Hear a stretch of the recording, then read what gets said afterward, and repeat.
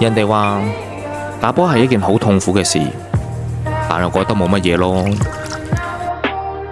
不過好奇怪，嗰日之後，我嘅 Drive 再打唔完啦，就好似失戀咁。每一日落去 Golfmate 都有好多機會同人打波，有啲人可能會變成朋友或者知己，但係我從來揾唔到一個好嘅酒友。有時候自己飲都返唔到屋企，由佢啦，開心就好。